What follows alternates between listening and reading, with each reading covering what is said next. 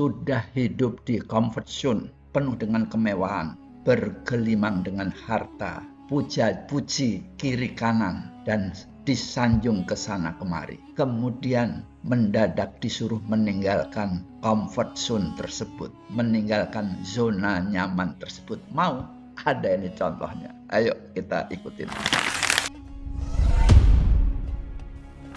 Bismillahirrahmanirrahim. Kisah sahabat Mus'ab bin Umair adalah kisah yang sangat menginspirasi bagi kita semuanya. Bagaimana seseorang dengan teguhnya meninggalkan kemewahan, meninggalkan comfort zone untuk sekedar mengikuti jejak Rasulullah, menyembah Allah Subhanahu wa Ta'ala, dan mengikuti dan melakukan ajaran-ajaran yang dicontohkan oleh Rasulullah Shallallahu Alaihi Wasallam. Mus'ab adalah seorang yang kaya, hidup berkelimbang dengan kemewahan.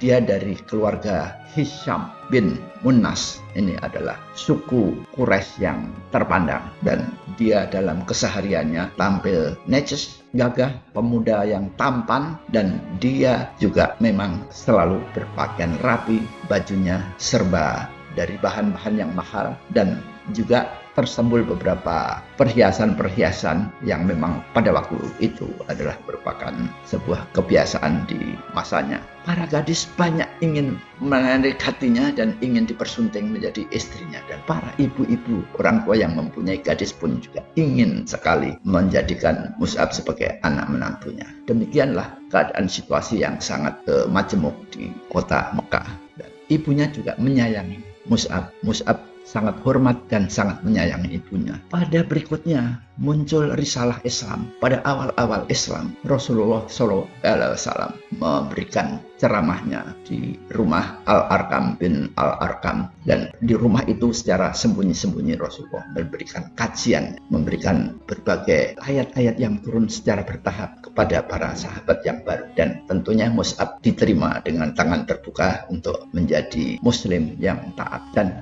hari demi hari berlangsung, dan si Mus'ab semakin teguh keimanannya dan meninggalkan berhala-berhala sesembahan kaum Quraisy. Waktu berlangsung, dan suatu saat berita bahwa Mus'ab telah Islam sampai ke telinga sang ibu. Sang ibu kecewa. Sang ibu mendapat itu utamanya dari Utsman bin Talhah, bahwa anak kamu setelah menjadi Islam. Jadi sang ibu memanggil dan menasehati, janganlah, udah tinggalkan saja Islam.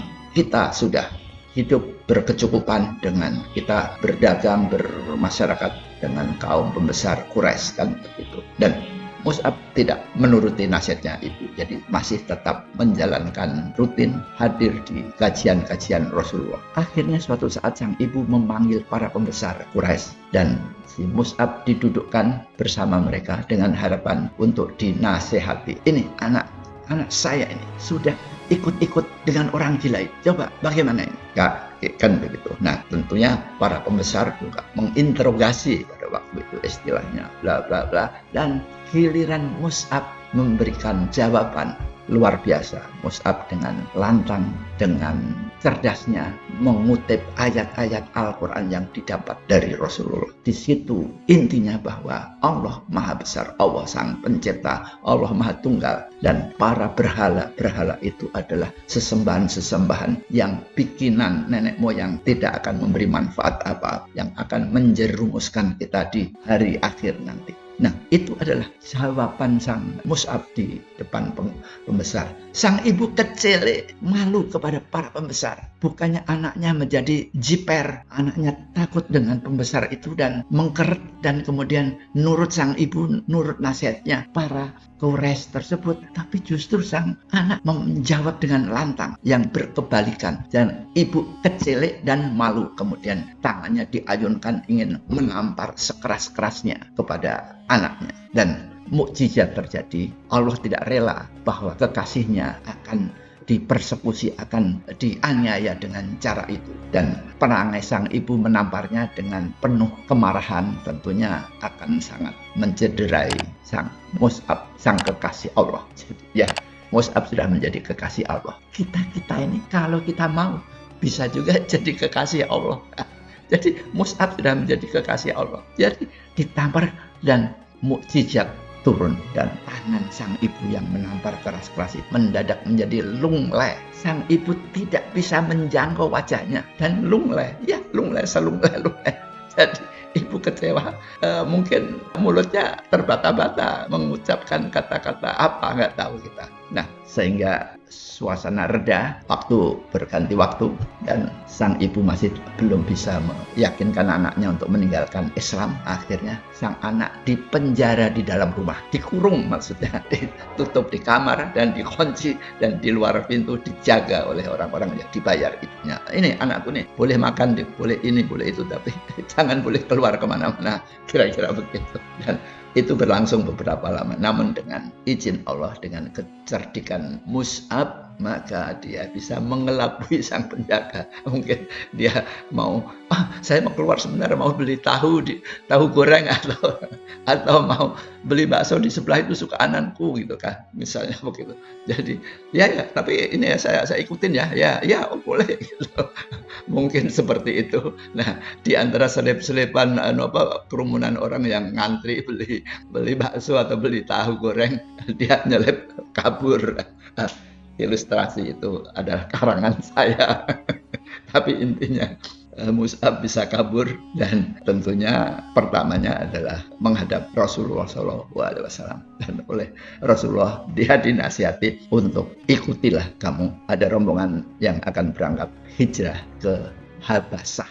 Di sana ada seorang raja yang arif dan bijaksana yang akan menerima kita yang orang Islam. Nah, jadi Mus'ab ikut rombongan hijrah ke Habasah, dan di Habasah sang raja pun dengan arif bijaksananya mengatakan, mari silahkan kamu boleh tinggal di sini selama kamu mau. Kita bersaudara. Apa agama yang diajarkan Nabi kamu adalah ibaratnya garis ini, dan sementara ajaran yang saya anut adalah seperti garis ini. Garisnya sangat dekat sekali. Jadi kita bersaudara. Itu adalah kata-kata sang raja di Habasah. Dan beberapa waktu lama mereka ada di Habasah, dan waktu berjalan, dan suatu saat ibu memanggil Mus'ab untuk dibujuk rayu lagi si Mus'ab pulang dan datang ke Mekah, dan kemudian ketemu sang ibu, dan sang ibu pun melakukan dialog dan ayo toh gini, tinggalkan Islam. Namun sang Mus'ab justru menjawabnya seperti ini, saya kasihan kepada ibu, ayo ibu nanti akan celaka di hari akhir. Di akhirat ibu akan celaka. Ikutilah saya. Ucapkan kalimat asyhadu alla ilaha illallah wa asyhadu anna muhammadar rasulullah. Ikuti. Ibu akan selamat. Sang ibu marah pitan, dan kemudian sang ibu tidak rela mendengarkan ajakan sang anak. Justru sang ibu mengeluarkan sumpah serapah dan mengatakan, mulai hari ini kamu bukan anak saya ya.